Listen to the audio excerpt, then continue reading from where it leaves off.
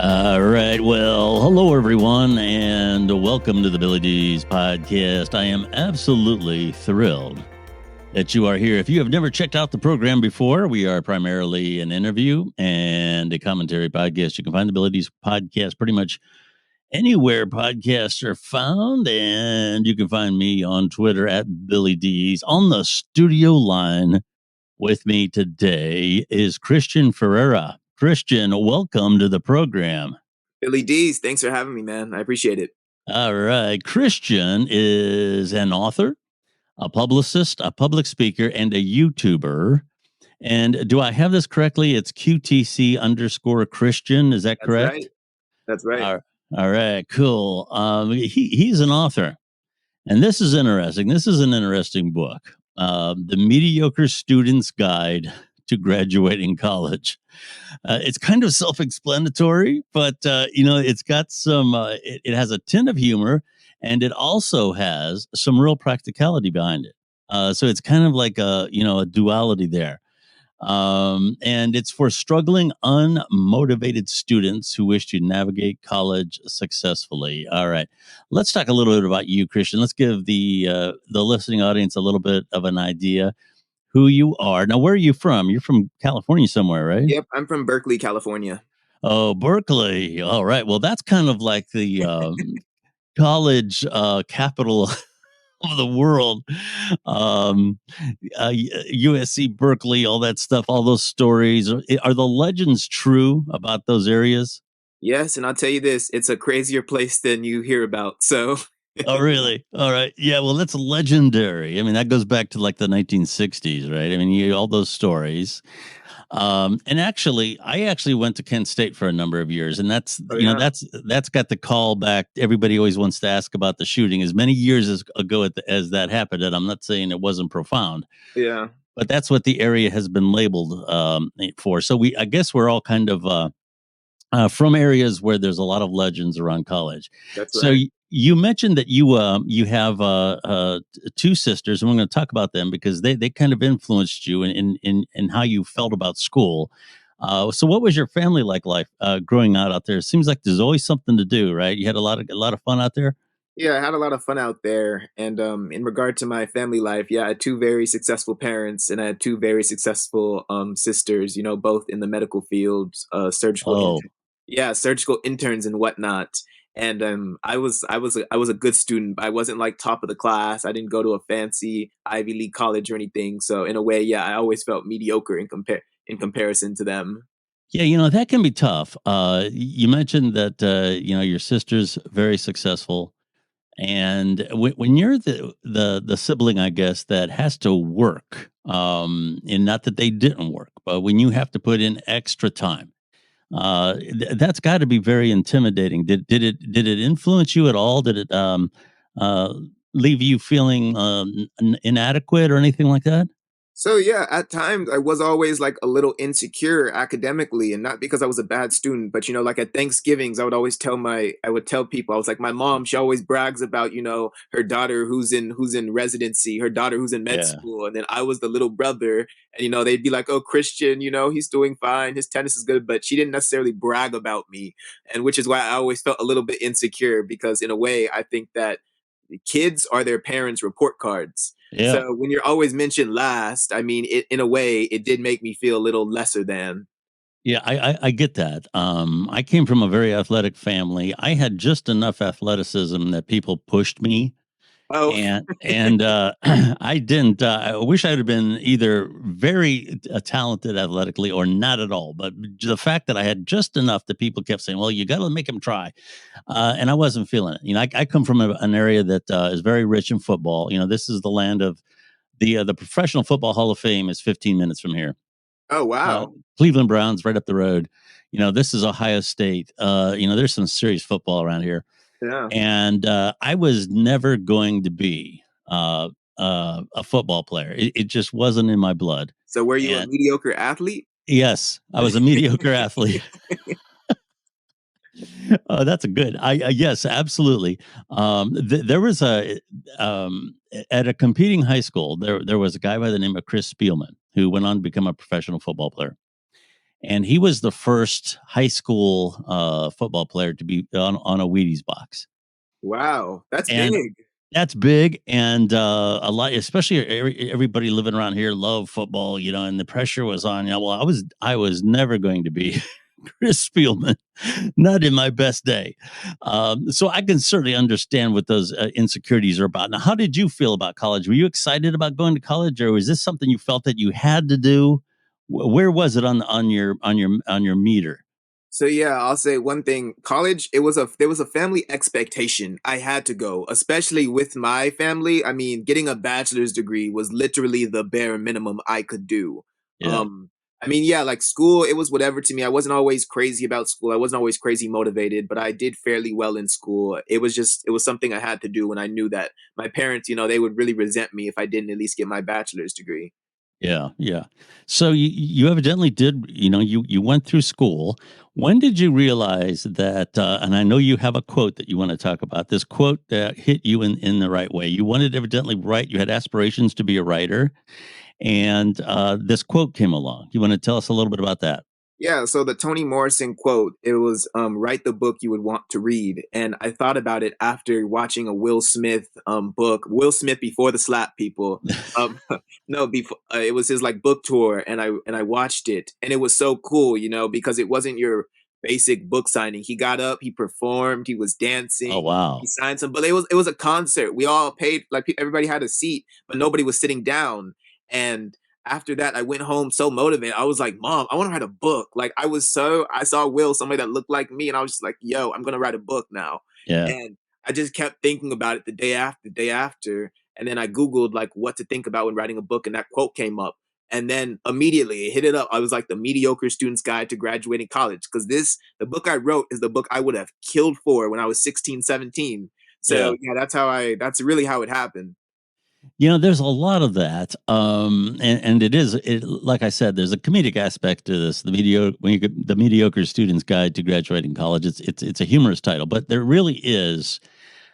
I think there's a certain thing that a lot of people, young people, go through at that age. They've been in school a long time. You've had Yep, teachers, parents telling you what to do all the time, exactly. and you finally got a taste of being 18, and now that 21, that's the next benchmark. And then just between me and you, it's not long after you pass that you want to start going the other direction.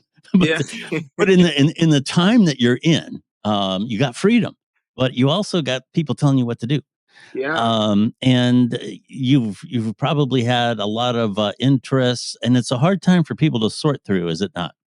Oh, it's a really hard time, and just if I can expand off that freedom, in my opinion, especially your first year in college, a lot of people they might have had to, sneak drink or smoke and whatnot. My first semester at college, people you could see their parents weren't there, so they were Yeah, just smoking all semester, drinking nonstop, and yeah, I started to realize I was like, I feel like this is a bigger issue. This is why a lot of people aren't graduating from college. It's not always the academic side; it's the yeah, unlimited freedom. And yeah, I had to write about those things in my book because I need people to understand who they're listening to. The first semester, everybody pretends like they have their life together, and then those same individuals will be gone after the first semester. yeah, So you just have to control your appetite for things, and you have to be responsible because at the end of the day, you're there for school. yeah. It can sometimes be a little bit of a dangerous time, I would say, because I've here in Ohio. If you're not familiar, Ohio has been a hotbed of addiction over the past 10 years. Yeah, And I've heard a lot of stories where, like you say, once kids got away from the grip of the parents, so to speak, they're in an environment where drinking is encouraged. Everybody's playing quarters and all this stuff, and yeah. all of a sudden, they drink so much quickly in a short period of time, they can end up addicted, and they can end up picking up a lot of bad habits that stay with them into adulthood. Did you witness a lot of that? What would be your advice about that part of it? So my advice would be like one, if there's a lot of freedom, I'm not going to recommend anybody start drinking or doing drugs illegally. I mean, I just will say if you are going to try doing those things, make sure that you're with somebody that cares about you, that will take care of you if something Yeah, were to happen. But lastly, I would just say you have to kind of have your own goals. You need to be responsible. and be responsible for your own decisions. So I think that's the most important thing for somebody going into college, because that peer pressure is real, and Yeah. you can't succumb to that peer pressure. So yeah, that's what I would say about those things. Yeah, yeah, I would actually say the same thing. Fortunately, I was always a bit of a loner, which wasn't good. For example, wasn't real active with girls or anything until I got probably into my was early 20s. Oh yeah, So yeah, so that was a part where I had some stinted emotions because of the fact that I was always a loner. But yeah, I got to tell you, I didn't fall into the traps that a lot of other students did either. I didn't have people molding my opinions about other groups of people, molding my opinions about women, molding my yeah, opinions about this, that, or the other thing.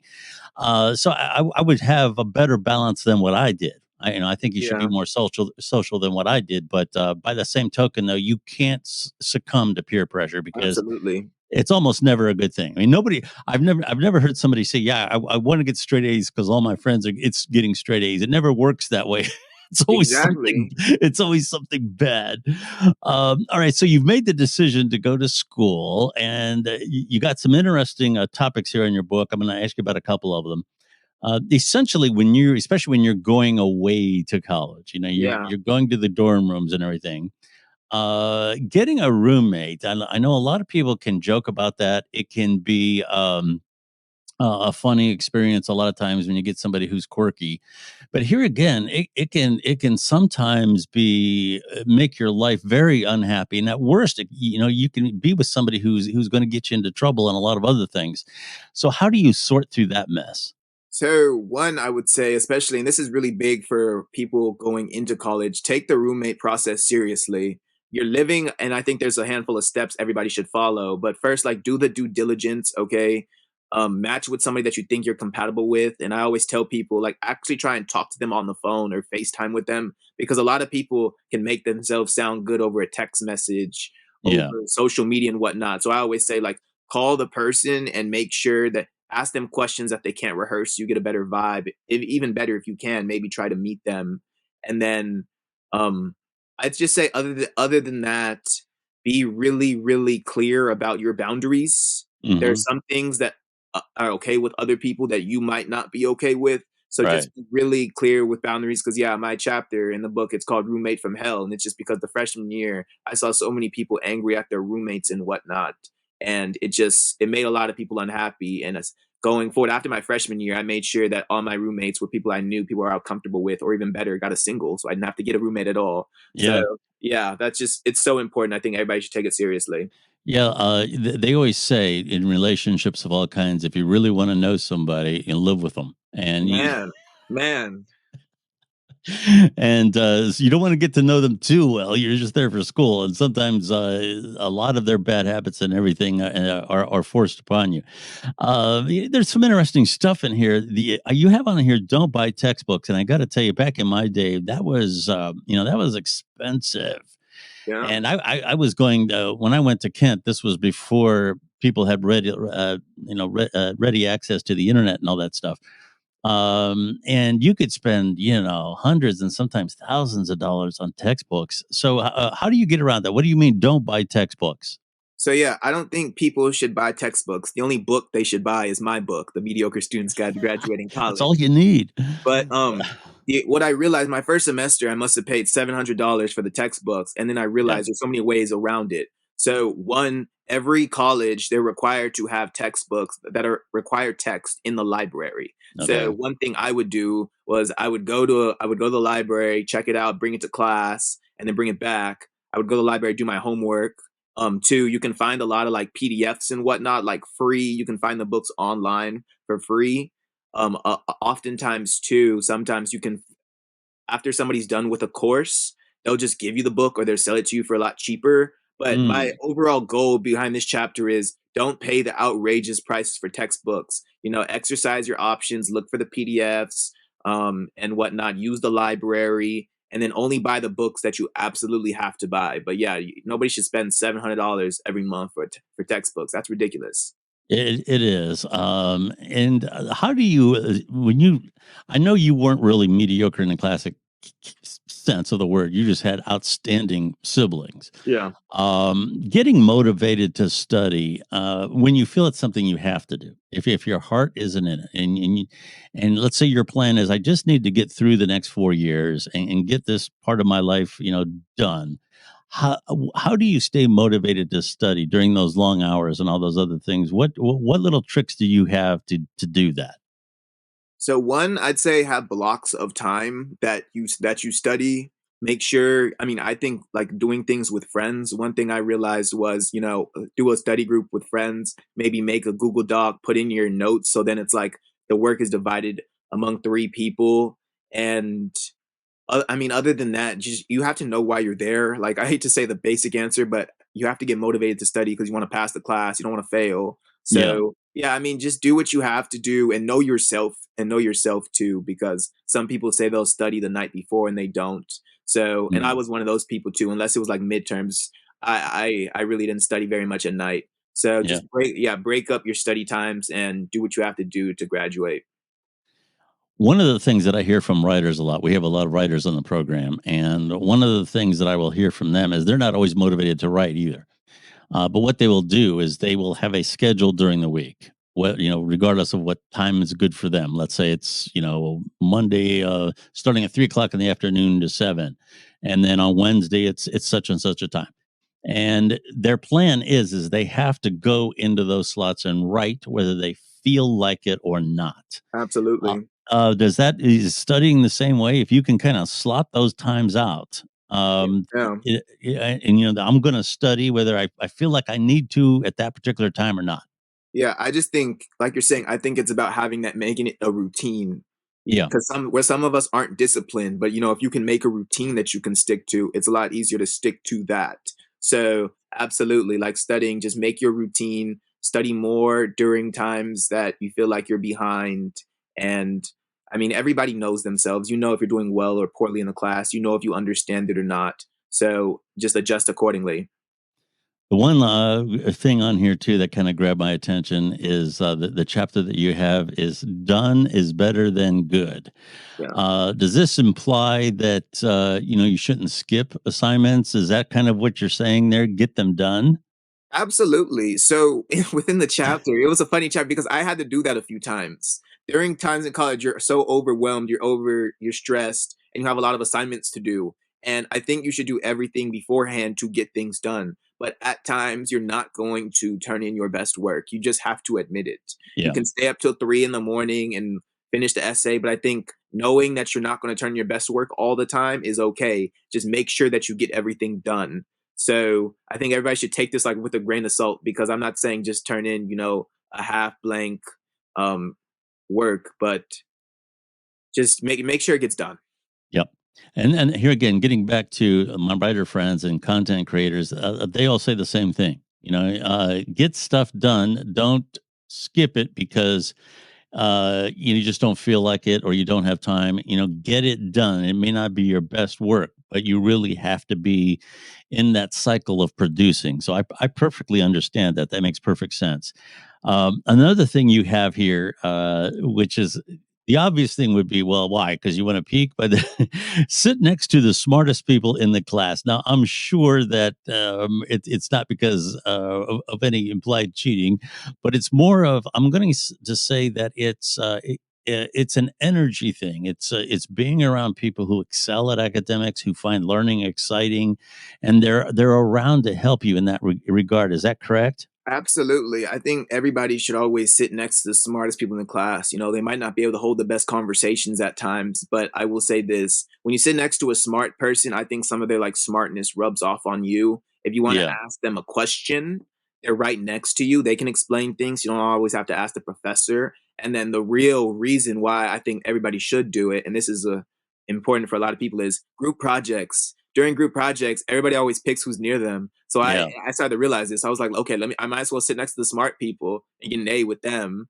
So I just think everybody should sit next to the smart people. They know what they're doing, and ultimately, I think your grade will rise because of it. So yeah. Yeah. That's a great thing. I really think that the old adage is about a success. Look around the people that you keep around you. That's Yeah. that's it's true. It is absolutely true. Another thing that you have here that I also find interesting, you say be a supportive friend. Yeah. Yeah, what's that about? Yeah, so during midterms and finals at Mm. times, I mean, I was almost gonna cry at times because I just had too much work. I was staying up till 4 in the morning to get something done at 8. And all I tell people is during especially during midterms and finals, your friends will be a mess. And if they're semi-emotional like me at times, I think you need a supportive friend. You need to be the friend that you would want. So during when you see people stressed out and whatnot, offer a helping hand, see if you can help out with anything, but just be supportive because people need it during those stressful times. Yeah. A lot of times too, it's the matter of learning, which Yeah, in and of and by itself can be stressful. But I'm going to guess that for a lot of folks in their first or second year, especially if they're going away to college far away, like in yeah. a different state, I would imagine that that can cause a lot of anxiety. Did you notice a lot of that in school? Yeah, I did notice that, especially for people that were from far away, because most of the people at my school lived in California. So Yeah, we could always go home, generally a cheap flight. But then there was one guy from Ohio, and he said he went to the school because it was as far away from his parents as could be. But no, yeah. But then on the weekends, like sometimes they would get so lonely. So I'd always make sure to like invite them out and whatnot because nobody wants to be lonely, and everybody needs a friend at times. So I just think that being supportive to others will help them, but also too, generally speaking, when you're supportive to people, they'll come back and support you. So it's just really important. yeah, that's a good energy, and that's something that we often forget about. There's a concept called the go givers that I'm a big believer in, and that usually applies to business and things, but applies to school and a lot of things. The more you help people, the more it will help you. Absolutely. Both in terms of what comes back and also in how you feel about yourself. You will start to take on the role of a leader, and I think that's very important in terms of confidence. Hmm. So yeah, absolutely. Now we touched a little bit on some of the alcohol and stuff, so we don't need to talk about that again. But with the parties, Yeah. like and here again, I'm not implying that you have to get drunk or anything like that to enjoy a party, but a lot of the people that are going to this school never really had a social experience of any kind. Maybe a few high school dances, something like that, going to the mall or going to a fair. But all of a sudden now parties are everywhere. Every weekend, people are getting Yeah. together. There's music playing. How do you manage that?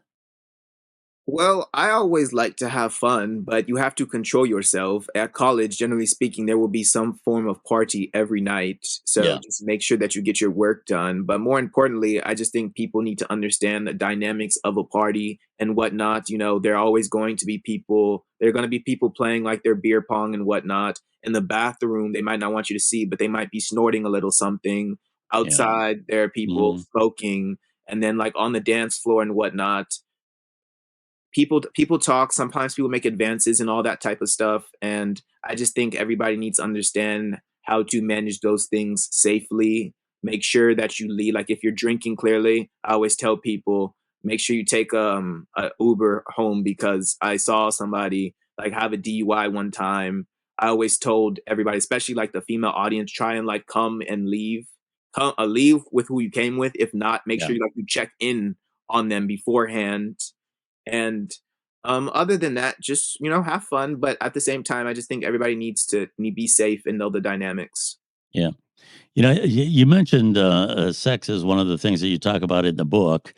And I'm going to say that here again, somebody who's older like myself, we've kind of forgotten what it was like to be younger. You're feeling a lot of emotions and things that are new to you. Okay, Yeah, in terms of your attractions and rejection and all those things, you're feeling that those emotions that for a lot of people that age, it's new to them. yeah, So it's an exciting time in a lot yeah, of ways, and you're around everybody who's your age, and yeah, every in my world, looking back on it, anybody who's 19 or 20 years old is attractive. yeah, When you get to my age, not so much, but you're around hundreds and hundreds, if not yeah, thousands of people your age. They're all in the prime of their life. And they're all attractive to some degree. That's got to be hard to manage too. On top of everything else that we're talking about, how did you get through that? Okay.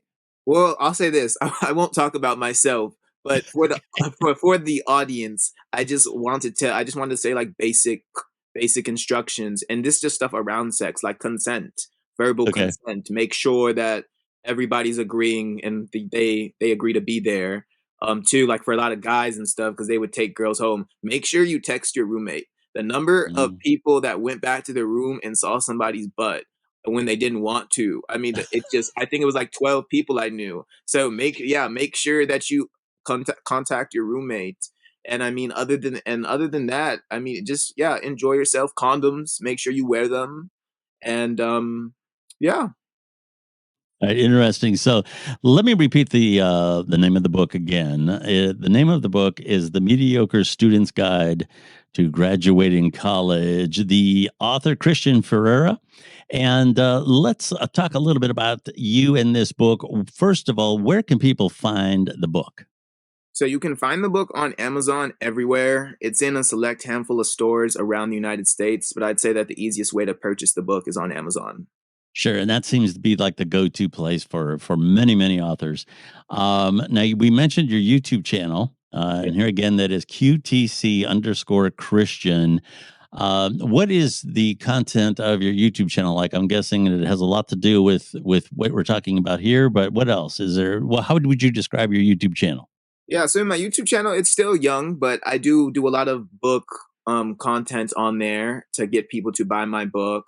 I do a little I told people I like to do things that would be applicable to people in their late teens to early 20s. So I'll say that, yeah, that for sure. And then also too, like I just do a few fun videos. Like one of my next videos, sneak peek, I'm going to Kamala Harris's childhood house. And Oh, yeah, I think it'll just be a lot of fun. So I like to have fun with it as well.